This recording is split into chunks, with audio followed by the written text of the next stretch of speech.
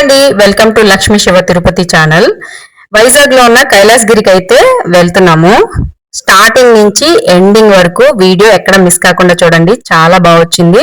అలాగే ఈ మధ్య కాలంలో కైలాసగిరి చూడలేని వాళ్ళు ఎవరైనా ఉంటే ఈ వీడియో పూర్తిగా చూస్తే చూసిన ఫీలింగ్ అయితే వస్తుంది. సో మరి మనం స్టార్ట్ అయిపోదామా? అదిగో స్టార్టింగ్ ద్వారం దగ్గర అయితే ఉన్నాము. మా పెద్దనాన్న కొడుకు గణేష్ అన్నయ్య, అలాగే వాళ్ళ పిల్లలు, వాళ్ళ అక్కల పిల్లలు, మా పిల్లలు అందరం కలిసి అయితే వచ్చాము. మేము వచ్చేటప్పుడు మా వెహికల్ అయితే కింద ఆపేశారు. మా వెహికల్ ని కింద పెట్టుకుని ఇంకా అక్కడ నుంచి అయితే పైకి వెళ్ళాలంట. ఎందుకు అలా ఆపేశారు అంటే క్రౌడ్ చాలా ఎక్కువగా ఉందంట కొండపైన, అందుకని చెప్పేసి కింద ఆపేశారు. ఇక్కడ నుంచి మీరు బస్సులో వెళ్ళాలి అని చెప్పారు. అందుకని చెప్పి అందరం కలిపి బస్ టికెట్లు అయితే తీసుకున్నాము. ఇక ద్వారం నుంచి ఇప్పుడు స్టార్ట్ అవుతున్నాను. చివరికి వచ్చేసేటప్పటికి ఫేస్లు ఎలా ఉంటాయో చూడాలి, ఎందుకంటే ఈ రోజు ఎండ విపరీతంగా కాసేస్తుంది. వెళ్ళేటప్పుడు కొంచెం ఫ్రెష్ గానే ఉన్నాం. ఇంటి నుంచి ఇక్కడ దాకా వచ్చేసరికి సగం నలిగిపోయాము. ఇంక ఇక్కడ నుంచి కొండపైకి వెళ్ళి తిరిగి వచ్చేసరికి ఎలా అయిపోతాయో చూడాలి. పిల్లలకి టికెట్ తీసుకోలేదు, పెద్దవాళ్ళందరం టికెట్ తీసుకుని అయితే ఎక్కేసాము. ఇంకా బస్ ఎక్కగానే కాసేపు టికెట్స్ అన్ని తీసారా లేదని చెక్ చేయడం కోసం బస్ కాసేపు ఆపేశారు. ఆ ఆపేసిన కాసేపు అసలు గాలి స్తంభించిపోయినట్టుగా చాలా ఉక్కబెట్టేసింది. ఒక విధంగా నాకెలా ఉందంటే ఇంక పిల్లలకి ఎలా ఉందో ఒకసారి ఆలోచిస్తేనే కొంచెం టెన్షన్ వచ్చిందనమాట. అంత ఉక్కగా ఉంది. ఎలాగోలా కాసేపటికి బస్సు అయితే కదిలిపోయింది.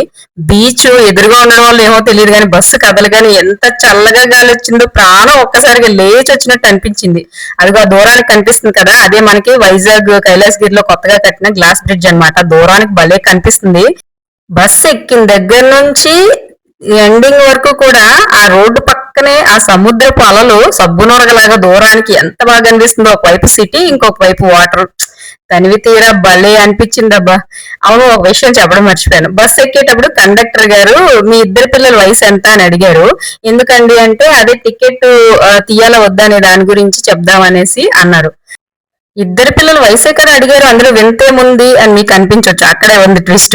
మీ ఇద్దరు ఆడపిల్లల వయసు ఎంత అని అడిగారు. చిన్న పాపదెంత, పెద్ద పాపదెంత అని కూడా అడిగారు. అప్పుడు నాకు చాలా నవ్వుకున్నాను, కానీ ఒక విధంగా అదేంటి నా కొడుకు మరి ఆడపిల్లలా కనిపిస్తున్నాడా అనిపించింది. ఎందుకంటే నా కొడుక్కి ఈ రోజు చిన్నగా వెనక జుట్టు వేసాను అనమాట. జుట్టు మొక్కుబడి ఉంది కదా, కొంచెం పొడుగుగా ఎదిగిపోయింది, చిరాగ్గా ఉంటదని చెప్పేసి అదిగా కనిపిస్తుంది కదా మా హర్ష జుట్టు. అందుకని ఇద్దరిని ఆడపిల్లలు అనుకున్నారు ఏమో అలా అని అనేసరికి చాలాసేపు నవ్వుకున్నాను. ఎందుకమ్మా నవ్వుతున్నావు అంటే మాకిద్దరు పాపలు కాదండి, బాబు పాపనా అనేసి అప్పుడు వయసు చెప్పాను అనమాట. అవునా, ఎందుకండి జుట్టు అలా పెంచారు అంటే తిరుపతిలో మొక్కుబడి ఉందండి అనేసరికి ఆహా అవునా, సారీ అండి పాప అనుకున్నాను అన్నారు. సారీ ఏం అవసరం లేదండి, నిజంగానే మా బాబు పాపలానే ఉంటాడు అనేసి ఇంక నేనే నవ్వుకొని కాముకున్నాను అనమాట. అది జరిగిన విషయం. బస్ ఎక్కిన దగ్గర నుంచి రోడ్డు పక్కన కనిపించే సముద్రాన్ని చూసుకుంటూ ఎంజాయ్ చేసుకుంటూ చల్లగాలిని ఆస్వాదిస్తూ ఎలాగోలాగా వచ్చేసాం. గాని మధ్యలోనే బస్సు అయితే ఆపేశారు. ఒక బస్సే కాదు, ఈ వచ్చిన వెహికల్స్ అన్నింటినీ కూడా మధ్యలోనే ఆపేస్తున్నారు. ఎందుకంటే ఈ రోజు ఆ కైలాసగిరి పైన చాలా క్రౌడ్ ఎక్కువగా ఉందంట. సెలవులు అవడం వల్ల చాలా ఎక్కువ మంది జనాలు అయితే వచ్చేయడం వలన మళ్ళీ వెళ్ళడానికి రావడానికి చాలా ఎక్కువగా అంతరాయం ఏర్పడుతుంది అని చెప్పేసి మధ్యలోనే అందరినీ ఆపేస్తున్నారు. ఇంకా అక్కడి నుంచి నడుచుకొని వచ్చేసరికి అబ్బా, రాసిన కాసంత కూసింత పౌడర్ అంతా కూడా కరిగిపోయింది. యాక్చువల్లీ చెప్పాలంటే ఈ రోజు నేను నిజంగానే పౌడర్ రాసుకున్నాను. ఎప్పుడు పౌడర్ రాయను, ఈ రోజు రాశాను, కానీ అది కూడా కరిగిపోయింది. వచ్చి రాగానే ఫస్ట్ ఎంట్రన్స్ లోనే ఈ గ్లాస్ బ్రిడ్జ్ కి లోపలికి రూట్ చూపిస్తూ ఒక రూట్ మ్యాప్ అయితే అక్కడ వేసారు. అది చూసుకొని సరే ఎలా అయినా సరే ఈ రోజు గ్లాస్ బ్రిడ్జ్ ఎక్కాల్సిందే అని చెప్పి ఫిక్స్ అయిపోయి వచ్చాను. చూడగానే మనసంతా కళ్ళంతా నిండిపోయి అసలు ఆ లొకేషన్ చూస్తేనే కళ్ళు చెదిరిపోయేంత అందంగా ఉంది. ఇంకేదేమైనా సరే ఎక్కేయాల్సిందే అని చెప్పి టికెట్ తీసుకుందామని అక్కడికి వెళ్తే అమ్మ బాబోయ్, అసలు ఇసుకేస్తే రాలినంత జనం అక్కడ క్యూ కట్టున్నారు. అక్కడ బ్రిడ్జ్ అంతా ఖాళీగానే ఉంది. ఒక ట్రిప్ కి 10 మెంబర్స్ ఎంతమందినో పంపిస్తున్నారు. కానీ అక్కడ వెయిట్ చేసి జనాలను చూస్తే అమ్మ బాబోయ్ అనిపించింది. చాలా ఎక్కువ జనాలు ఉన్నారు. అసలు దాదాపు గంట నుంచి గంటన్నర సేపు అక్కడే వెయిట్ చేశాను. అక్కడ ఉన్న క్రౌడ్ మొత్తం పంపించేసే వరకు కొత్త వాళ్ళని అయితే తీసుకోరంట. ఒక్కసారికి 15 మందిని పంపిస్తున్నారు. వాళ్ళందరూ ఫోటోలు, వీడియోలు, రీల్స్ తీసుకొని చాలా నిదానంగా వస్తున్నారు. అసలు వాళ్ళందరినీ ఎప్పుడు పంపిస్తారు, కొత్త వాళ్ళని ఎప్పుడు పంపిస్తారు, అసలు ఈ రోజుకి అవుతుందో లేదో అని చెప్పేసి ఇక నేనైతే చాలా నిరాశ పడిపోయాను. సరేలే దూరం నుంచి అయినా చూసి ఆనందపడదామని చెప్పేసి దూరం నుంచే చూస్తూ కొన్ని వీడియోస్, ఫొటోస్ అయితే తీసుకున్నాను. నేను ఇంటి నుంచి వచ్చేటప్పుడు బలంగా ఫిక్స్ అయ్యి వచ్చాను. ఖచ్చితంగా గ్లాస్ బ్రిడ్జ్ ఎక్కే తీరాలి అని చెప్పి మా ఆయనకి కూడా చెప్పేశాను. నేను ఎలా అయినా సరే ఈ రోజు గ్లాస్ బ్రిడ్జ్ ఎక్కేసి వస్తానండి అని చెప్పేసి, సరేలే అని చెప్పేసి ఆయన కూడా అన్నారు. ఇప్పుడు ఆయనకి నేను ఏం చెప్పాలో నాకు అర్థం కావట్లేదు. అదేంటో తెలియదు, నా చిన్నప్పటి నుంచి కూడా నేను ఏదైతే బలంగా ఫిక్స్ అయ్యి ఆనందపడతానో అది మాత్రం వెంటనే దక్కదు. దానికి కొన్ని సంవత్సరాలు అయితే పోవాలి. ఇప్పుడు గానీ నేను ఈ గ్లాస్ బ్రిడ్జ్ ఎక్కకుండా మళ్ళీ ఇక్కడ నుంచి వెళ్తే మళ్ళీ వచ్చేది కూడా సంవత్సరాలు పట్టేస్తుందేమో అని మనసులో అయితే ఉంది. కానీ ఇంకేం చేస్తాం, అందరి ద్రాక్ష పుల్లన అన్నట్టు ఇంకా సరిపెట్టుకుని అక్కడి నుంచి అయితే పిల్లల్ని తీసుకుని ముందుకెళ్ళిపోయాం. ఇక్కడ పిల్లలు ఆడే జోన్లు అయితే ఉన్నాయి. అక్కడ పిల్లల్ని చాలా సేపు ఆడించుకున్నాం. అక్కడ ప్రసన్న చూసారా ఎలాంటి మంకీ వేసలేస్తుందో. నేను ఆశపడిన సరదా లేదు, నేను తీర్చుకోలేకపోయాను. కనీసం పిల్లలనైనా మనస్ఫూర్తిగా ఎంజాయ్ చేసేలా చేద్దామని చెప్పేసి ఇక మా పెద్దనాన్న వాళ్ళ కొడుకు గణేష్ అన్నయ్య, అలాగే వాళ్ళ వైఫ్, నేను అందరం కలిపి ఇక పిల్లల్ని నలుగురిని 4 పక్కలు చూసుకుంటూ వాళ్ళు ఆడుకుంటుంటే ఎంజాయ్ చేస్తుంటే వాళ్ళు ఎక్కడికి వెళ్ళిపోకుండా అందరూ అన్ని వైపులా కాపలా కాస్తూ ఆడిస్తూ ఉన్నాం అనమాట.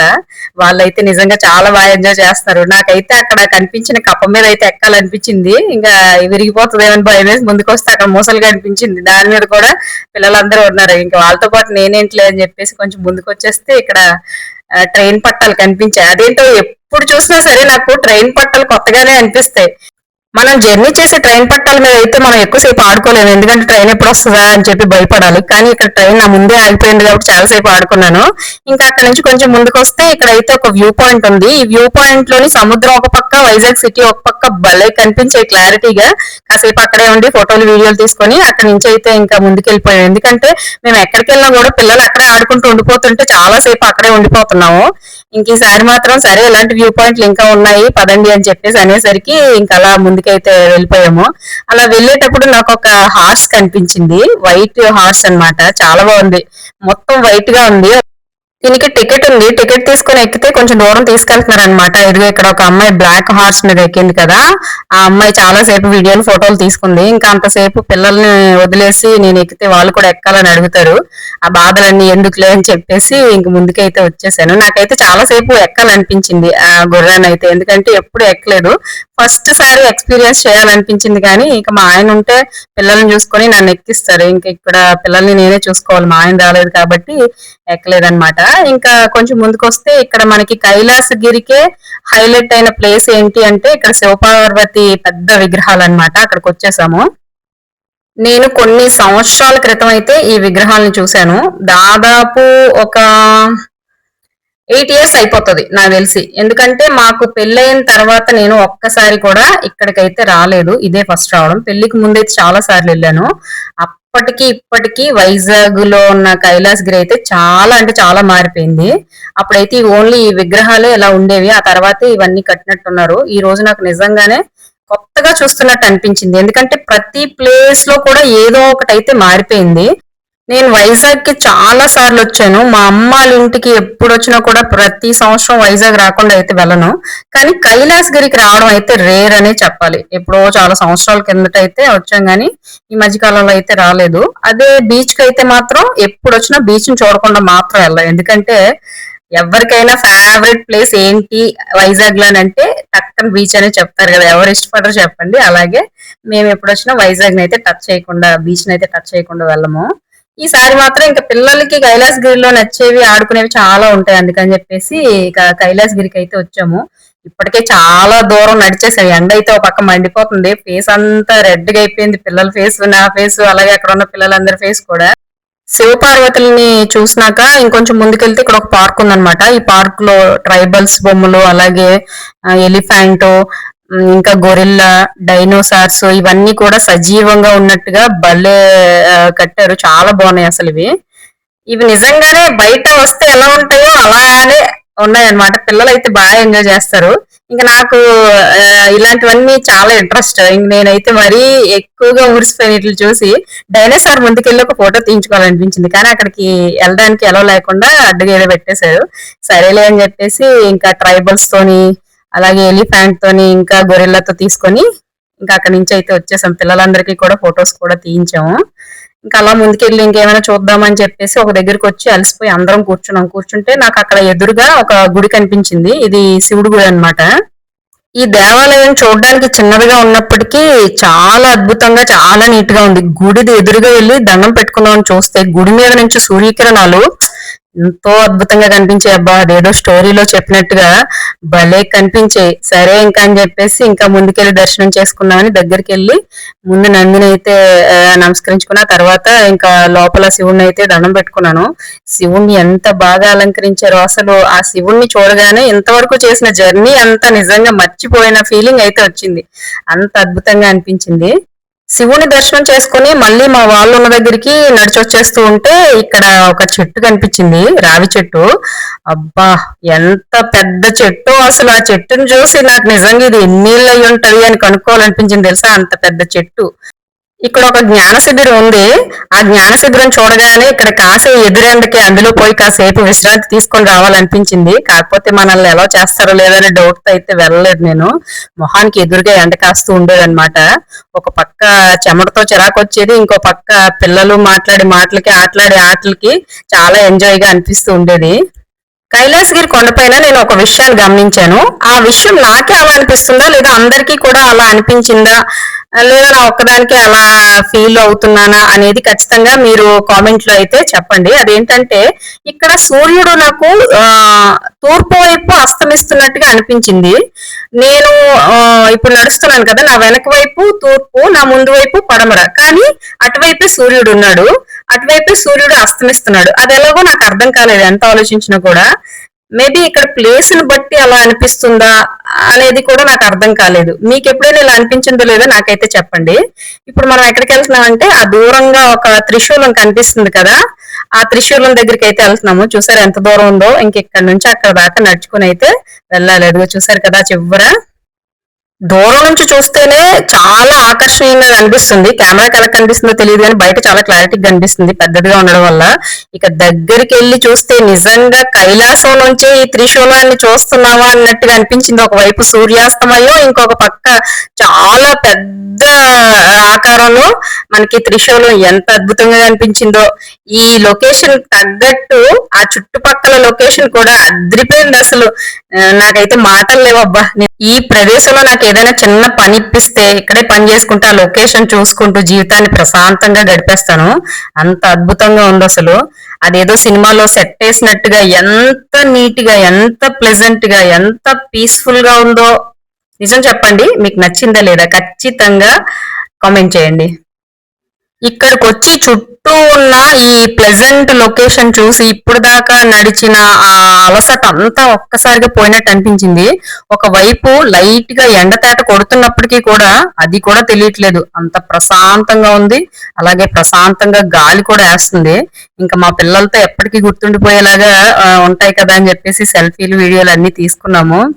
నిజంగా ఈ రోజు ఇంత అద్భుతంగా ఉందా లేకపోతే రోజు ఇంత అద్భుతంగా ఉంటుందా అనేది నాకైతే తెలియదు, కానీ ఈ రోజు నిజంగా నా కోసం ఎంత అద్భుతంగా ఉందేమో అని నేను నా మనసులో మామూలుగా ఫీల్ అయ్యాను అనమాట. ఎవరైనా అనుకుంటారు కదా చూడగానే, అబ్బా నా కోసమే ఉందా, నా కోసమే వచ్చిందా అన్నట్టుగా, ఆ విధంగా అనమాట. కాసేపు ప్రశాంతంగా ఉండి ఇంకా అందరం అక్కడే గడిపిన తర్వాత ఇక రిటర్న్ అయితే అయిపోయాం. ఇంక ఇదే లాస్ట్ లొకేషన్ అనమాట కైలాసగిరి పైన. ఈ లాస్ట్ లొకేషన్ కూడా చూసేసి ఇంకా రిటర్న్ బయలుదేరిపోయాం. విపరీతంగా దాహం వేస్తుంది. కొంచెం మంచినీళ్ళు తాగినా కూడా దాహం తీరలేదు. ఇక చల్లగా కూల్ డ్రింక్ తాగుదామని చెప్పేసి కూల్ డ్రింక్స్ అందరికీ తీసుకున్నాము. కూల్ డ్రింక్ ఇక్కడ కింద ఎంత రేటో దానికి డబుల్ అనమాట. ఇంకా రేట్ చెప్పడం ఎందుకు, మీరే అంచనా వేసుకోండి. సరేలే ఇంకా తప్పదు కదా అని చెప్పేసి అందరం ఒక్కొక్క బాటిల్ తీసుకుని ఒక దగ్గర కూర్చొని తాగేసి అక్కడి నుంచి అయితే బయలుదేరిపోయాము. ఇంకా వెళ్లే ముందు కూడా ఒకసారి మళ్ళీ శివపార్వతులను చూసేసి ఇంకా బయలుదేరిపోయాం అనమాట. బయలుదేరి వెళ్ళేటప్పుడు లాస్ట్ లో కొన్ని షాపులు అయితే కనిపించాయి. ఇక్కడ మా పిల్లలు కార్లు, బైక్లు, హ్యాట్లు కొనమని గోల్ చేశారు. ఇక్కడ నుంచి తిరుపతి మోసుకెళ్లాలంటే చాలా కష్టం. తినేవన్నీ అయితే మాక్సిమం అడిగిన కాడికి అన్ని కొన్నాను, కానీ ఇలా మోసుకెళ్లేదంటే కష్టం అని చెప్పేసి ఏదోలా మభ్య పెట్టి కొనకుండా ఆగిపోయాను. కానీ ఒక దగ్గర మా పిల్లలు వచ్చేసి ఫిష్ ట్యాంకులు చూశారు. ఇంకా అక్కడ మాత్రం చాలాసేపు వదిలి రాలేదన్నమాట. ఎందుకంటే వాళ్ళకి మా ఇంట్లో ఒకప్పుడు ఫిష్లు పెంచే వాళ్ళం కదా, అలా అలవాటు అయిందనమాట. చాలాసేపు మారం చేశారు కానీ ఏదోలాగా మబ్బి పెట్టి ఐస్ క్రీమ్ కొంటాను అది ఇది అని చెప్పి తీసుకొని వచ్చేసాను ఏడవకుండా. ఇంకా అంతా బాగానే ఉంది. వెళ్ళేటప్పుడు దాకా మొత్తం కొండంతా తిరిగి పిల్లలు బాగానే నడిచేశారు. కానీ లాస్ట్ కి వచ్చేసరికి మాత్రం మా పాప ఏడ్చేసింది అనమాట. నా వల్ల కాదు, కాళ్ళు నొప్పులు వచ్చేస్తున్నాయి మమ్మీ ఎత్తుకో అని చెప్పేసి. సరేలే మన పిల్లలు మనకు బరువు ఏంటని చెప్పి ఓ పక్క ఎత్తుకుంటూ ఇంకో పక్క వీడియో తీసుకుంటూ నానా తంటాలు పడి నడుచుకుని అయితే వచ్చేసాము. ఈ రోజు రద్దీ ఎక్కువ ఉండడం వల్ల సగంలోనే వెహికల్స్ ఆపేస్తున్నారు. అక్కడ దాకా నడుచుకుని వెళ్ళాం అనమాట. కొంచెం దూరం ఎత్తుకునేసరికి చంకంత నొప్పి వచ్చింది. సరే అని చెప్పి బీచ్ కనిపించే చోట ఒక దగ్గర ఆగి అందరం కూర్చొని చాలాసేపు రెస్ట్ తీసుకున్నాము. ఇంకా అక్కడ నుంచి బస్ అయితే ఇంకా ఎక్కేసాం, లైట్ గా చీకటి పడుతుంది అని చెప్పేసి. అసలు ఈ రోజు క్రౌడ్ మామూలుగా లేదు. ఓకే, మరి వీడియో అయితే మొత్తం చూసారు కదా, ఎలా అనిపించింది ఏంటి అనేది ఖచ్చితంగా కామెంట్ చేయండి. ఈ వీడియో కనుక మీకు నచ్చితే సబ్స్క్రైబ్ చేసి, లైక్ చేసి, షేర్ చేసి సపోర్ట్ చేయండి ప్లీజ్.